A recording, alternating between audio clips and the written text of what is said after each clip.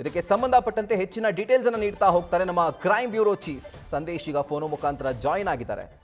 ಸಂದೇಶ್, ಅಂತೂ ಇಂತೂ ಪ್ರದೋಷ್ ಸಲ್ಲಿಕೆ ಮಾಡಿದಂಥ ಅರ್ಜಿಗೆ ಕೋರ್ಟ್ ಅಸ್ತು ಅಂತ ಹೇಳಿದೆ. ಈ ಕೇಸ್ನ ಆರೋಪಿಯಿಂದ ಹಿಡಿದು ಈಗ ಈ ಕೇಸ್ನ ಮಾಫಿ ಸಾಕ್ಷಿ ಆಗ್ತಿದ್ದಾರೆ ಪ್ರದೋಷ್. ಸೊ ಹಾಗಿದ್ರೆ ಒಂದು ವೇಳೆ ಮಾಫಿ ಸಾಕ್ಷಿ ಅರ್ಜಿಯನ್ನ ಕೋರ್ಟ್ ಪರಿಗಣಿಸಿದ ನಂತರ ಯಾವ ರೀತಿಯಾಗಿ ಸಂಕಷ್ಟ ದರ್ಶನ್ಗೆ ಕಾಡಬಹುದು, ದರ್ಶನ್ ಅಂಡ್ ಗ್ಯಾಂಗ್ಗೆ ಕಾಡಬಹುದು, ಅದಕ್ಕೆ ಸಂಬಂಧಪಟ್ಟಂತೆ ಡೀಟೇಲ್ಸ್ ಅನ್ನ ನೀಡೋ ಹಾಗಿದ್ರೆ.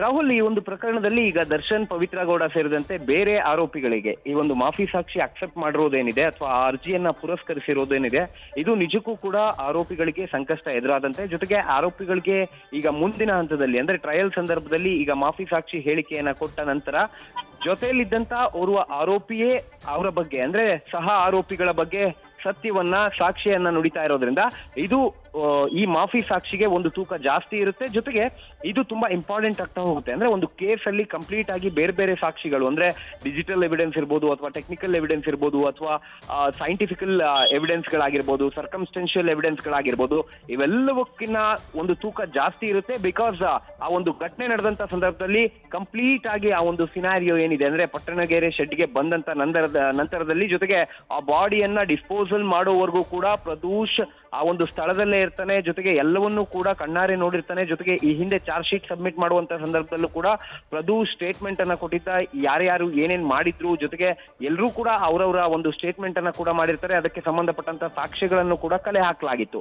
ಈ ಒಂದು ಮಾಫಿ ಸಾಕ್ಷಿ ಅರ್ಜಿಯಲ್ಲಿ ಈಗಾಗಲೇ ಪ್ರದೋಷ್ ಸಹ ಆರೋಪಿಗಳ ಕುರಿತಂತೆ ಅಂದರೆ ಈ ಪ್ರಕರಣದಲ್ಲಿ ಸಹ ಆರೋಪಿಗಳು ಯಾವ ರೀತಿ ಹಲ್ಲೆಯನ್ನ ಮಾಡಿದ್ರು, ಯಾವ ರೀತಿ ಕೊಲೆಯನ್ನ ಮಾಡಿದ್ರು ಅನ್ನೋದಕ್ಕೆ ಸಂಬಂಧಪಟ್ಟಂತೆ ಆ ಅರ್ಜಿಯಲ್ಲಿ ಕಂಪ್ಲೀಟ್ ಆಗಿ ಡೀಟೇಲ್ಡ್ ಆಗಿ ಎಕ್ಸ್ಪ್ಲೈನ್ ಮಾಡಿ ಆ ಅರ್ಜಿಯನ್ನ ಕೂಡ ಸಲ್ಲಿಕೆ ಮಾಡಿದ್ರಿಂದ ಈಗ ಮಾಫಿ ಸಾಕ್ಷಿಗೆ ಖುದ್ದು ಪ್ರದೋಷೆ ಅರ್ಜಿಯನ್ನ ಸಲ್ಲಿಸಿ ಆ ಅರ್ಜಿಯಲ್ಲಿ ಸಲ್ಲಿಸಿರುವಂತಹ ಅಂಶಗಳು ಎಲ್ಲವನ್ನೂ ಕೂಡ ಆತ ಅಕ್ಸೆಪ್ಟ್ ಮಾಡ್ಕೊಂಡ. ಜೊತೆಗೆ ಕೋರ್ಟ್ ಮುಂದೆ ಕೂಡ ನಾನು ಆ ಮಾಫಿ ಸಾಕ್ಷಿ ಆಗೋದಕ್ಕೆ ನಮ್ಗೆ ನನ್ನ ಒಪ್ಪಿಗೆ ಇದೆ ಅಂತ ಕೂಡ ಹೇಳಿರೋದ್ರಿಂದ ಈಗ ಸದ್ಯ ಈ ಒಂದು ಕೇಸ್ ನಲ್ಲಿ ಈ ಬೇರೆ ಆರೋಪಿಗಳೇನಿದ್ದಾರೆ ಆ ಆರೋಪಿಗಳಿಗೆ ನಿಜಕ್ಕೂ ಕೂಡ ಸಂಕಷ್ಟ ಎದುರಾಗುತ್ತೆ ಅಂದ್ರೆ ತಪ್ಪಾಗ್ಲಿಕ್ಕಿಲ್ಲ. ಬಿಕಾಸ್ ಈಗ ಮಾಫಿ ಸಾಕ್ಷಿ ಅಂಗೀಕಾರ ಮಾಡಿರೋದ್ರಿಂದ ಅವ್ರಿಗೆ ಕೆಲವೊಂದು ಕಂಡೀಷನ್ಸ್ ಅನ್ನ ಕೂಡ ಕೋರ್ಟ್ ವಿಧಿಸಿರುವಂತದ್ದು. ಯಾಕಂದ್ರೆ ಈಗ ಮಾಫಿ ಸಾಕ್ಷಿಯನ್ನ ನಾವು ಪುರಸ್ಕರಿಸಿರೋದ್ರಿಂದ ಮುಂದಿನ ಹಂತದಲ್ಲಿ ಟ್ರಯಲ್ ಸಂದರ್ಭದಲ್ಲಿ ಕಂಪ್ಲೀಟ್ ಆಗಿ ಟ್ರಯಲ್ ಮುಗಿಯುವವರೆಗೂ ಕೂಡ ಜೈಲಿನಲ್ಲೇ ಇರ್ಬೇಕಾಗತ್ತೆ. ಅಂದ್ರೆ ನ್ಯಾಯಾಂಗ ಬಂಧನದಲ್ಲೇ ಪ್ರದೋಷ್ ಇರ್ಬೇಕಾಗತ್ತೆ.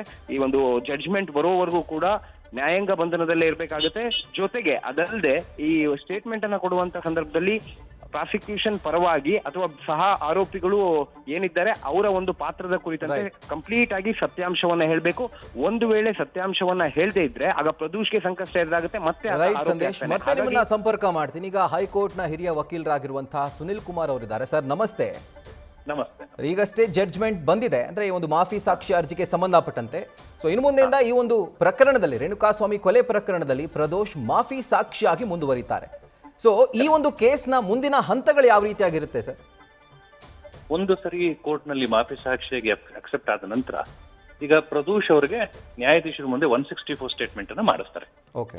ಅವರು ನ್ಯಾಯಾಧೀಶರ ಮುಂದೆ ಪರಿಪೂರ್ಣವಾಗಿ ಇಡೀ ಕೇಸಿನ ಎಲ್ಲ ವೃತ್ತಾಂತವನ್ನು ಬಿಚ್ಚಿಡಬೇಕಾಗತ್ತೆ. ಏನಾಯ್ತು, ಹೇಗಾಯ್ತು, ಯಾವ್ದನ್ನ ನೋಡಿದ್ರು, ಅನೇಕ ಸಾಕ್ಷಿಗಳು ಏನೇನಿದೆ, ಅವ್ರ ಹತ್ರ ಚಾರ್ಜ್ ಶೀಟ್ ಅಲ್ಲಿ ಇಲ್ಲದೆ ಇರುವಂತ ಸಾಕ್ಷಿ ಏನಿದೆ, ಎಲ್ಲವನ್ನು ಕೂಡ ಸುದೀರ್ಘವಾಗಿ ನ್ಯಾಯಾಧೀಶರ ಮುಂದೆ 164 ಸ್ಟೇಟ್ಮೆಂಟ್ ಅನ್ನ ಮಾಡ್ತಾರೆ. ಅದಾದ್ಮೇಲೆ ಅವ್ರನ್ನ ಆರೋಪಿ ಪರ ವಕೀಲರು ಅವ್ರಿಗೆ ಪಾಟಿ ಸವಾಲ್ ಮಾಡ್ಲಿಕ್ಕೆ ಒಂದು ಅವಕಾಶ ಕೊಡ್ತಾರೆ.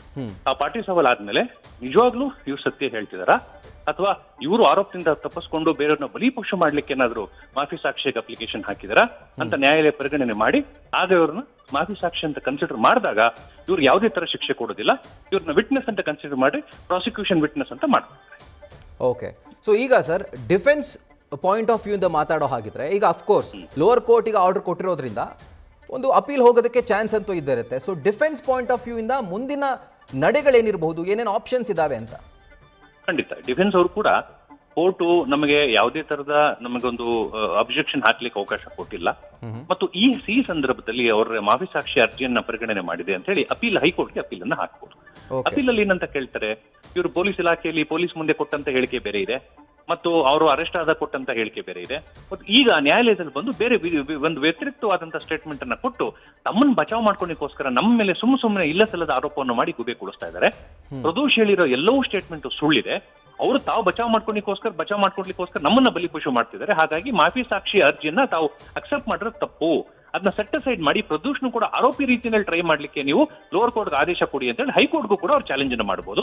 ಒಂದು ಪಕ್ಷ ಹೈಕೋರ್ಟ್ ಚಾಲೆಂಜ್ ಮಾಡಿದಾಗ ಹೈಕೋರ್ಟ್ ಹೇಗೆ ಅದನ್ನ ಗಮನಿಸುತ್ತೆ, ಹೇಗೆ ತನ್ನ ವಿವೇಚನಾ ಶಕ್ತಿಯನ್ನು ಬಳಸಿ ಆರ್ಡರ್ ಮಾಡುತ್ತೆ ಅಂತ ಹೈಕೋರ್ಟ್ ಅಲ್ಲಿ ನಾವು ಆದೇಶವನ್ನು ಕಾದು ನೋಡ್ಬೇಕಾಗುತ್ತೆ. ಓಕೆ, ಈಗ ಸರ್ ಒಂದು ಕೊಲೆ ಪ್ರಕರಣದಲ್ಲಿ ಜೊತೆಗಿದ್ದಂಥವರು ಆರೋಪಿಗಳೇನಾಗಿರ್ತಾರೆ, ಅವರು ತತ್ಕ್ಷಣಕ್ಕೆ ಮಾಫಿ ಸಾಕ್ಷಿ ಆದ್ರು ಅಂತಾದ್ರೆ ಈ ಕೇಸ್ನ ಡೆವಲಪ್ಮೆಂಟ್ ಮುಂದಿನ ಹಂತಗಳಲ್ಲಿ ಹೆಂಗಿರುತ್ತೆ ಅಂದ್ರೆ, ಯಾಕಂದ್ರೆ ಈಗ ಡಿಫೆನ್ಸ್ ಪರವಾಗಿ, ಈಗ ದರ್ಶನ್ ಅವರ ಪರವಾಗಿ ಅಥವಾ ದರ್ಶನ್ ಪಾಯಿಂಟ್ ಆಫ್ ವ್ಯೂಯಿಂದ ಮಾತಾಡೋ ಹಾಗಿದ್ರೆ ಜೊತೆಲಿದ್ದಂಥವ್ರು ಎಲ್ಲರೂ ಕೂಡ, ಇವರೆಲ್ಲರೂ ಪ್ರದೋಷ್ ಬೇರೆಯವರೆಲ್ಲರೂ, ಸೊ ಈಗ ಈ ಕೇಸ್ನಲ್ಲಿ ಯಾವ ರೀತಿಯಾದಂತಹ ಸಂಕಷ್ಟ ದರ್ಶನ್ಗೆ ಬರಬಹುದು ಅಂತ?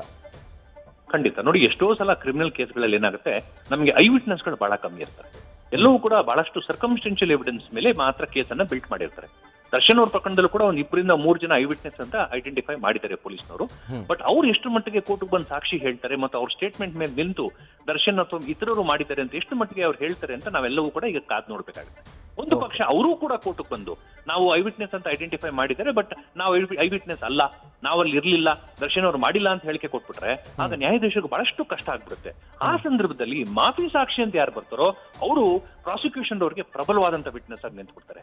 ನಾನು ಐ ವಿಟ್ನೆಸ್, ನಾನು ಮಾಫಿ ಸಾಕ್ಷಿ ನೀವು ಮಾಡಿದಿರಿ, ದಯವಿಟ್ಟು ನಾನು ಅಲ್ಲಿದ್ದೆ, ನಾನೇ ಐ ವಿಟ್ನೆಸ್ ಆಗಿ ಎಲ್ಲವನ್ನೂ ಗಮನಿಸಿದ್ದೀನಿ, ಇವರೇ ಈ ತರದವ್ರು ಮಾಡಿದ್ರು, ಈ ತರದವ್ರು ಹೊಡೆದ್ರು, ಈ ತರದವ್ರು ಕೊಲೆ ಮಾಡಿದ್ರು ಅಂತ ಅವ್ರ ವರ್ಷನ್ ಏನ್ ಬರ್ಬಿಡುತ್ತಲ್ಲ, ಆ ವರ್ಷನ್ ಮೇಲೆ ನಿಜವಾಗ್ಲೂ ಇತರ ಆರೋಪಿಗಳಿಗೆ ಗರಿಷ್ಠವಾದಂತಹ ಶಿಕ್ಷೆ ಸಿಗುವಂತ ಸಾಧ್ಯತೆ ಕೂಡ ಹೆಚ್ಚಿರುತ್ತೆ. ಹಾಗಾಗಿ ಮಾಫಿ ಸಾಕ್ಷಿ ಬಂದ ಮೇಲೆ ಇಡೀ ಕೇಸ್ಗೆ ಅತ್ಯಂತ ದೊಡ್ಡ ಟ್ವಿಸ್ಟ್ ಅನ್ನು ಸಿಕ್ಕಿದೆ. ಅದು ಎಷ್ಟು ಮಟ್ಟಿಗೆ ಈ ಆರೋಪಿ ಪರ ವಕೀಲರವನ್ನ ಕ್ರಾಸ್ ಎಕ್ಸಾಮಿನೇಷನ್ ಮಾಡಿ ಅವ್ರ ಬಾಯಿನಲ್ಲಿ ನಿಜ ಬಿಡಿಸ್ತಾರೆ ಅಥವಾ ಅವ್ರು ಹೇಳಿದ ಸತ್ಯ ಅಥವಾ ಸುಳ್ಳು ಅಂತ ಹೇಗೆ ಪ್ರೂವ್ ಮಾಡ್ತಾರೆ ಅಂತ ಅವರ ಕ್ರಾಸ್ ಎಕ್ಸಾಮಿನೇಷನ್ ನಾವು ನೋಡ್ಬೇಕಾಗುತ್ತೆ. ಓಕೆ ಸರ್, ಈಗ ಒಂದು ಡೌಟ್ ಇದೆ ಸರ್, ಏನಂತಂದ್ರೆ ಈಗ ಎಲ್ರಿಗೂ ಒಂದು ಕುತೂಹಲ ಏನು ಅಂತಂದ್ರೆ, ಇನ್ಫ್ಯಾಕ್ಟ್ ದರ್ಶನ್ ಪರ ವಕೀಲರು ಕೂಡ ಅದನ್ನೇ ಹೇಳಿದ್ರು, ಬಿಡುಗಡೆ ಕೋರ್ಟಿಂದ ಆರ್ಡರ್ ಮಾಡಿಸ್ಕೊಂಡು ಮಾಫಿ ಸಾಕ್ಷಿಯಾಗಿ ಪ್ರಕರಣದಿಂದ ಬೇಗ ಆಚೆ ಬರಬೇಕು ಅನ್ನುವಂಥ ಒಂದು ಧಾವಂತದಲ್ಲಿ ಅರ್ಜಿಯನ್ನು ಸಲ್ಲಿಕೆ ಮಾಡಿದ್ದಾರೆ ಅಂತ ಹೇಳಿ. And common public point of view ಇಂದ ಈ ಮಾಫಿ ಸಾಕ್ಷಿ ಆಗಿಬಿಟ್ರೆ ಜೈಲಿಂದ ಹೊರಗಡೆ ಬಂದ್ಬಿಡ್ತಾರೆ, ಈ ಥರದ್ದು ಒಂದು ಕನ್ಸೆಪ್ಷನ್ ಬೆಳ್ಕೊಂಡಿದೆ ಸರ್. ಬಟ್ ಈ ಒಂದು ಪ್ರಕರಣದಲ್ಲಿ ಮಾಫಿ ಸಾಕ್ಷಿ ಆದರೂ ಕೂಡ ಪ್ರದೋಷ್ ಜೈಲಿನ ಒಳಗಡೆ ಯಾಕಾಗಿರ್ಬೇಕು ಅಂತ? ಖಂಡಿತ ನೋಡಿ, ಈಗ ಮಾಫಿ ಸಾಕ್ಷಿ ಕೆಲವು ಸರಿ ಏನ್ ಮಾಡ್ತಾರೆ, ಒಂದು ಆರೋಪದಿಂದ ಹೊರಗೆ ಬಂದು ಅಥವಾ ಶಿಕ್ಷೆಯಿಂದ ಬಚಾವಾಗ್ಲಿಕ್ಕೆ ಎಷ್ಟೋ ಜನ ಅಪ್ಲಿಕೇಶನ್ ಗಳನ್ನ ಹಾಕ್ತಾರೆ. ಬಟ್ ಅದನ್ನ ಅವ್ರನ್ನ ಕೋರ್ಟ್ ಅಕ್ಸೆಪ್ಟ್ ಮಾಡಿದ್ರು ಕೂಡ ಅವರ ಇಡೀ ಕಾಂಡಕ್ಟ್ ಮತ್ತು ನಡತೆಯನ್ನ ಕೋರ್ಟ್ ತುಂಬಾ ಗಂಭೀರವಾಗಿ ಗಮನಿಸುತ್ತೆ. ಅವರು ಕೋರ್ಟ್ ಅಲ್ಲಿ ಕೊಡುವಂತ ಹೇಳಿಕೆಗಳು ನಿಜವಾಗ್ಲೂ ಅವರು ನೈಜವಾದಂತ ಆರೋಪಿ ಕಡೆ ದೃಷ್ಟಿಕೋನದಲ್ಲಿ ತೋರಿಸ್ತಾ ಇದಾರಾ, ಯಾವ್ದಾದ್ರು ಹೊಸ ಸಾಕ್ಷಿಗಳು ಕೂಲಂಕುಷವಾಗಿ ವಿಚಾರಣೆ ಆಗಿರುವಂತಹ ಚಾರ್ಜ್ ಶೀಟ್ ಅಲ್ಲಿರೋ ಮೆಟೀರಿಯಲ್ ಗಳಿಗೆ ಅವರ ಹೇಳಿಕೆಗಳು ಸಪೋರ್ಟ್ ಆಗ್ತಾ ಇದೆಯಾ, ಮತ್ತು ಇಡೀ ಕೋರ್ಟ್ ವ್ಯವಸ್ಥೆಗೆ ಒಬ್ಬ ನೈಜವಾದಂತ ಆರೋಪಿಯನ್ನು ಗುರ್ತಿಡಲಿಕ್ಕೆ ಅವ್ರು ಸಹಾಯ ಮಾಡ್ತಿದಾರಾ, ಅಥವಾ ಬರೀ ಸುಳ್ಳನ್ನು ಹೇಳ್ಕೊಂಡು ತಮ್ಮ ಮೇಲೆ ಆರೋಪವನ್ನು ಬೇರೆ ಆರೋಪಿಗಳಿಗೆ ತಲೆ ಕಟ್ಟಿ ಅವ್ರು ಬಚಾವಾಗ್ಲಿಕ್ಕೆ ಏನಾದ್ರು ಮಾಡ್ತಿದಾರೆ ಅಂತ ಕೋರ್ಟ್ ಬಹಳ ಸೂಕ್ಷ್ಮವಾಗಿ ಗಮನಿಸುತ್ತೆ. ಒಂದು ಪಕ್ಷ ಮಾಫಿ ಸಾಕ್ಷಿ ಅದೊಂದು ಸುಳ್ಳು ಹೇಳ್ತಾ ಇದ್ದಾನೆ, ಕೋರ್ಟ್ನ ದಿಕ್ಕನ್ನು ತಪ್ಪಿಸ್ತಾ ಇದ್ದಾನೆ, ಮತ್ತು ಚಾರ್ಜ್ ಶೀಟ್ ಮೆಟೀರಿಯಲ್ ಪೊಲೀಸರು ಕಲೆಕ್ಟ್ ಮಾಡಿರೋ ಇನ್ವೆಸ್ಟಿಗೇಷನ್ಗೂ ಆತನ ಸ್ಟೇಟ್ಮೆಂಟ್ಗೂ ತದ್ವಿರುದ್ಧವಾಗಿದೆ, ಎಲ್ಲೂ ಕೂಡ ಮೆಟೀರಿಯಲ್ಗಳು ಮ್ಯಾಚೇ ಆಗ್ತಿಲ್ಲ ಅನ್ನೋದಾದ್ರೆ ಆಗ ಕೋರ್ಟ್ನವರು ಮಾಫಿ ಸಾಕ್ಷಿ ಅವ್ನು ಮಾಡಿರೋದನ್ನ ಕ್ಯಾನ್ಸಲ್ ಮಾಡಿ ಆತನ ಮತ್ತೆ ಆರೋಪಿ ಸ್ಥಾನದಲ್ಲಿ ನಿಲ್ಲಿಸ್ತಾರೆ. ಆತ ಕೂಡ ಆರೋಪಿ ತರ he will be tried as an accused along with the other accused. Okay, right sir, thank you so much sir news first ಜೊತೆ ಮಾತಾಡಿದ್ದಕ್ಕೆ. ನ್ಯೂಸ್ ಫಸ್ಟ್ ನಿರ್ಭೀತಿಯಿಂದ ನಿಮ್ಮ ಪರವಾಗಿ.